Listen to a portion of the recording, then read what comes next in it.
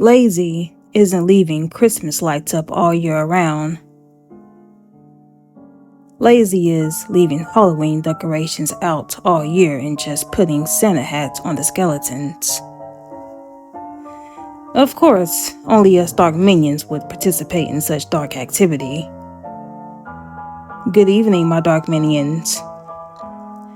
I would like to say that I sincerely hope your festivities were filled with much fun. This evening's tale is a bit of a dark Christmas-themed one from author Allan Gunnells. So come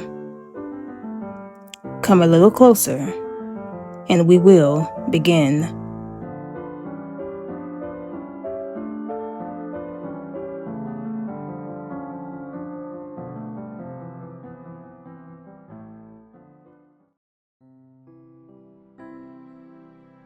Seven-year-old Henry Childers crawled reluctantly under the covers of his bed.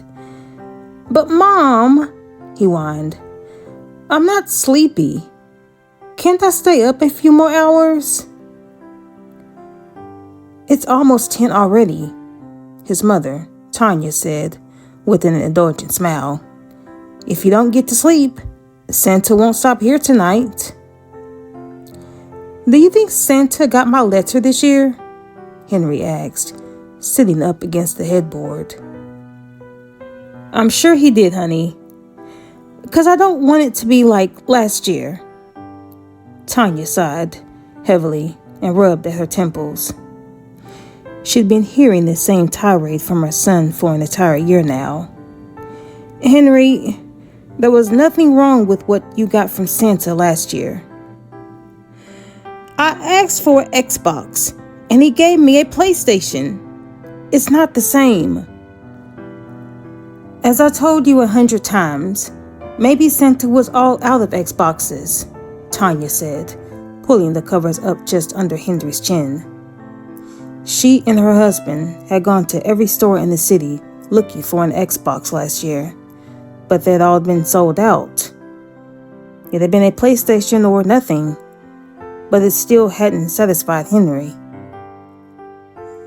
"I mailed my letter in October last year," Henry said. "They gave him plenty of time to have his elves whip me up an Xbox." "Henry," Tanya said, a little more sharply than she had intended, "you're being awfully ungrateful. There are children in the world who have nothing. If you don't start being more appreciative, Santa may decide to just skip our house altogether." "Okay," Henry said, his lower lip poked out like a shelf. "I'm sorry." "Just get to sleep," Tanya said, leaning over and kissing her son on the forehead. "When you wake up in the morning, you just might find that bike you've been wanting, waiting under the tree." "You think Santa will like the cookies and milk we left for him?" Henry asked. "I'm sure he'll think they're delicious. I'll see you in the morning, sweetie." Tanya turned off the light. The small nightlight plugged into the electrical socket by the closet, throwing a muted yellow glow throughout the room. She eased the door closed, leaving Henry to dream of Christmas morning. "Do you think it's safe to start?" Jonas Childers asked his wife. They were sitting in the living room, watching a sci-fi channel marathon of the Silent Night Deadly Night films. Tanya glanced at the clock, saw that it was just past 1 o'clock in the morning. "He should be sound asleep by now," she said. "I think we can get started." "Good," Jonas said. "It'll probably take me till dawn to get that bike put together." They went up to the attic, careful to avoid all the squeakiest boards, and brought down all of Henry's presents.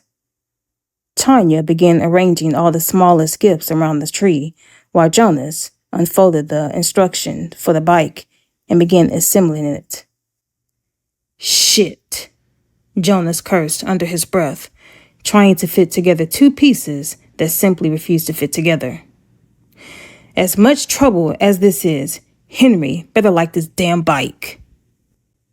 Tanya knelt next to her husband, took the uncooperative pieces and easily snapped them together.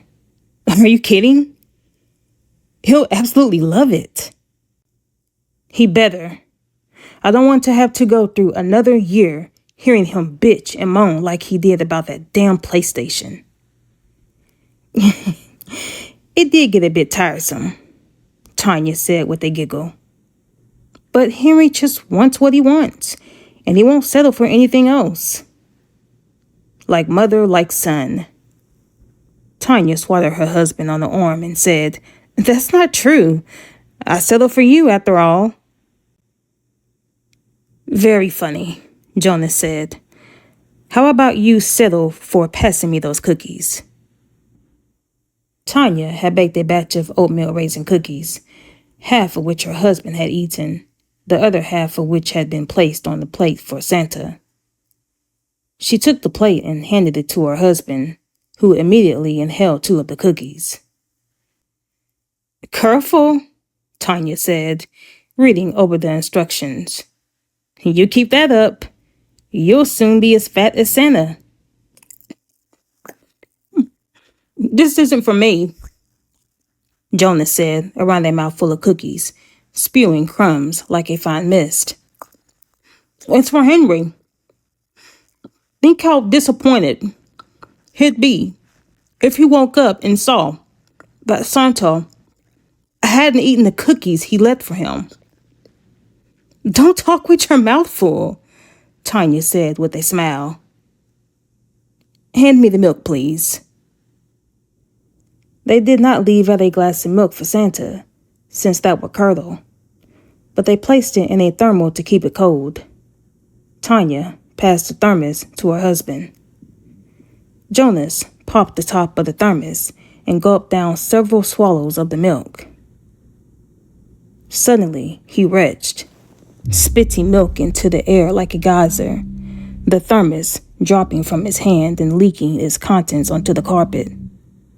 Jonas clutched at his throat, making strangled gagging noises as milk and blood dribbled down his chin.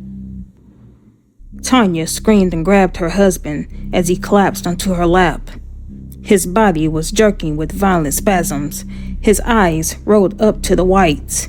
He coughed violently, and more frothy blood sprayed Tanya's arms, and she thought there were chunks of tissue mixed with it. Oh God, Jonas, she screamed, crying. What's wrong? What should I do? What's going on? Henry said, stepping into the room wearing his pajamas, rubbing the sleep dust from his eyes. I heard screaming.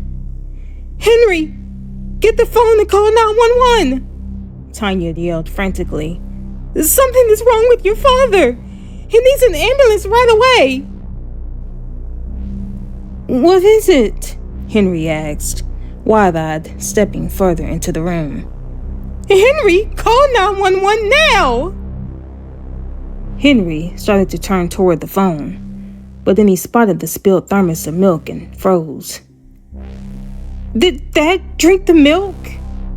He asked, snatching at the thermos and waving it at his mother. What? Tanya said, feeling her husband's spasms tapering off, afraid to contemplate what that might mean. Your father needs help. Did Dad drink the milk? Henry said again, his old stubborn self. This milk was for Santa Claus, not for Dad. Henry! Tanya screamed, desperate tears of frustration and helplessness streaking her face. This isn't the time. This milk was for Santa Claus, not for Dad, Henry roared, throwing the thermos across the room. A numbness began to spread throughout Tanya's body, starting in her chest and reaching through her limbs. Comprehension came slowly, and it made her feel cold inside, cold and empty.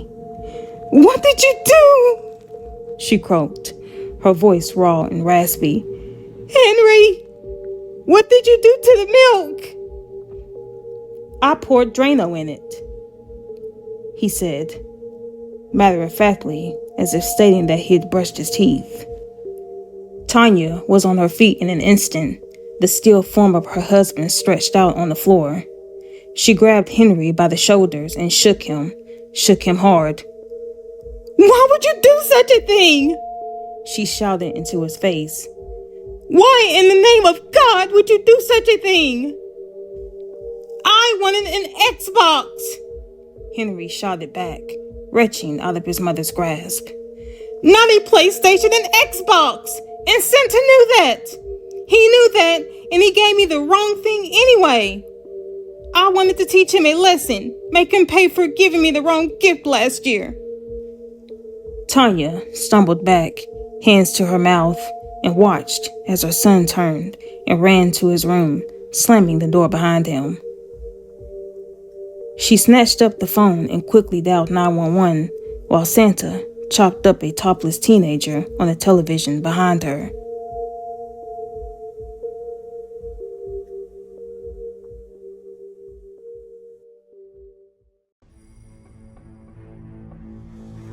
I'm sure Krampus would have loved to have children such as this one on his naughty list to pay them a visit sometime before the new year of 2024 is over. If you enjoyed this tale, please do make sure to hit that like button and leave me a comment too. Make sure to hit that subscribe button as well as that bell icon so that you never miss a new story. I'm afraid that will be all for this Christmas, as 2024 comes to a close and we enter the new year of 2025. I hope Saint Nick has spoiled you with all of your heart desires with goodies, and Krampus left you alone. Till next time, my Dark Minions, sweet dreams.